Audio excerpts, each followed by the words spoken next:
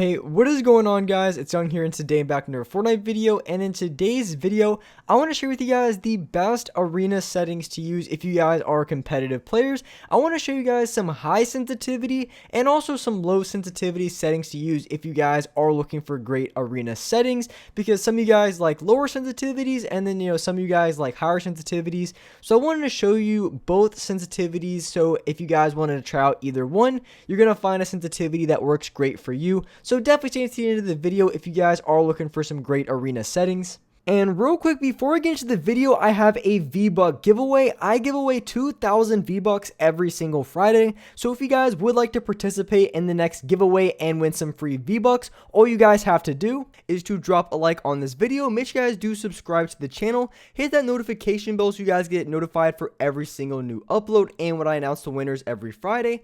And lastly, make sure you guys put down your Xbox gamer tag, your PSN gamer tag, or Epic account down in the comment section below, and you guys will be automatically entered into the giveaway. And lastly, if you guys like to support me in the item shop, all you guys have to do, go down to the bottom right, hit on support a creator, type in my creator code, which is Young Humor, and you guys will have me added and supported as a creator in the item shop. And alright guys, let's go right to the video.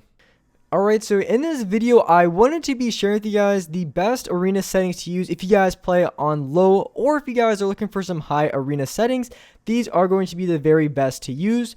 So here, going into my settings, I want to show you guys the high sensitivity settings first, but I also want to show you guys all my other settings as well if you guys were curious. Now, as far as colorblind, I've seen a lot of people use a lot of different things. If you want to play on, this colorblind, I have seen people use this with like a low brightness.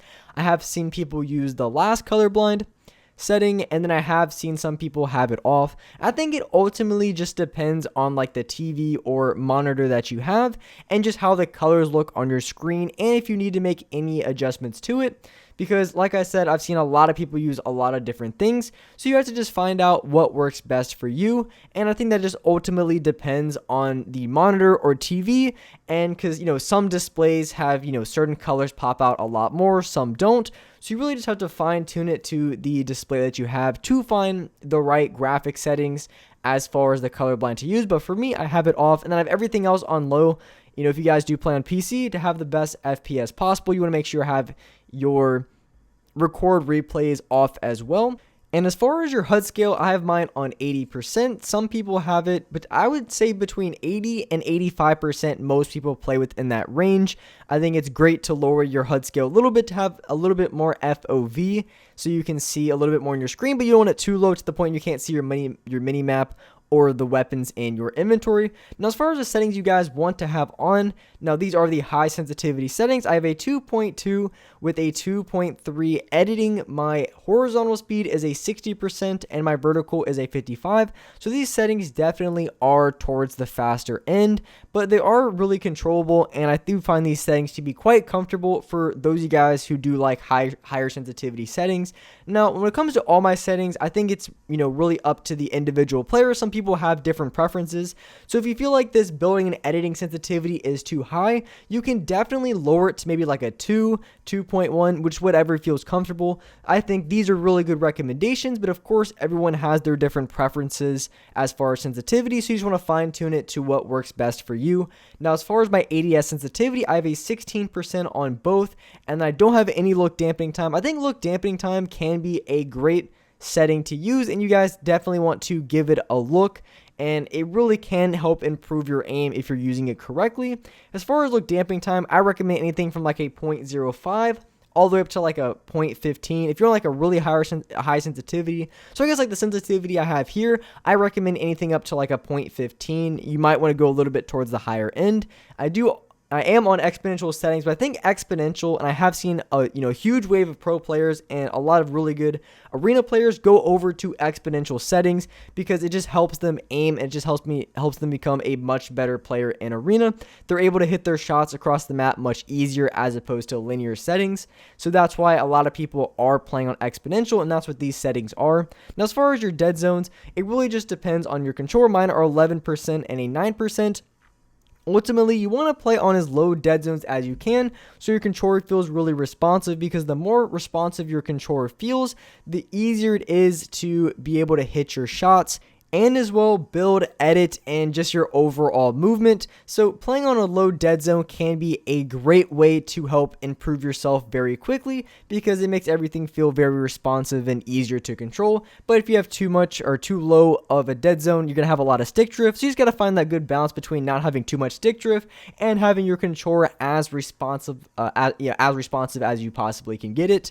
So those are going to be my high sensitivity settings that I have. Next, I wanted to be showing you guys the lower sensitivity settings. So if you're the type of player who likes, lower settings, you're not really the type of player who likes really high, I would recommend giving these settings a try. Obviously, you can go a little bit lower, but I think these are a really good starting recommendation. So here, going into the settings that I have, and as far as my video settings, everything is the same to the other one. I have, my colorblind on off, everything on low.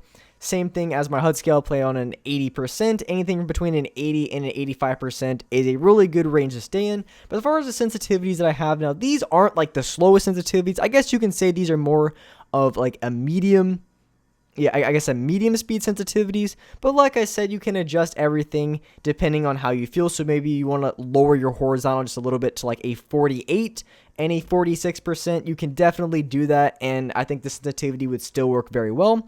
But for these, I have a 1.9 building, a 2.2 editing, with a 50% for my horizontal. My vertical speed is a 46%, and then my ADS sensitivity is a 13% on both, which I think is a really good middle ground as far as being able to hit your shots very consistently on Exponential, but not being, too high or too low to the point where it's out of control, or it's just you're not able to move fast enough. So I think 13% is a great middle ground.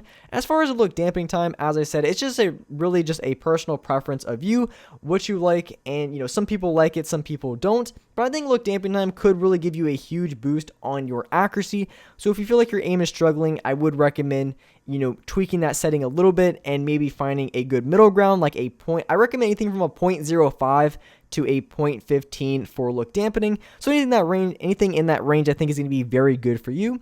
And then as far as the dead zone, as I mentioned earlier, you really ultimately want to play on as low dead zones as you can, which is going to be 5%, but at least for my controller, I'm not able to play on 5%. The lowest I can go is maybe a 10% and a 10%. I used to be on like an 8, but I ended up having a little bit of stick drift, so I had to raise, my dead zones, which is something you probably have to do if you play on a controller for a long time.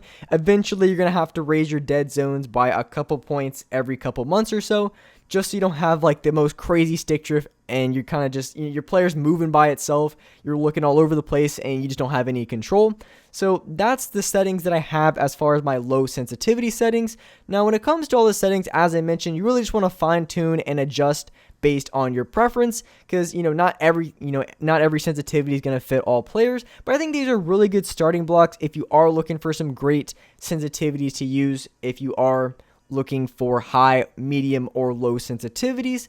And the final thing that I would like to touch on real quick, if you guys are looking to get better and improve in Arena, one of the best ways to improve as quickly as possible is going to be watching really great players, or like the pro players. Now, the specific reason why you'd want to do this is because when it comes to Arena, and that especially, there's a ton of meta changes. A lot of people are doing like certain like building techniques, certain editing techniques, the way they approach gunfights. There's so much that constantly change as far as the meta, and the only way you're going to be able to keep up with that meta and find out what works the most effective is going to be watching pro players and just, some of the best players in the game, because those players are going to get the metas first, and those are the type of players who are going to be doing, certain techniques as far as building and editing, or just how they play that maybe you at the time haven't thought of. So that can be a really great way to help improve your overall skill as far as Arena, because there's just so many different meta changes, and if you want to be the best player you can,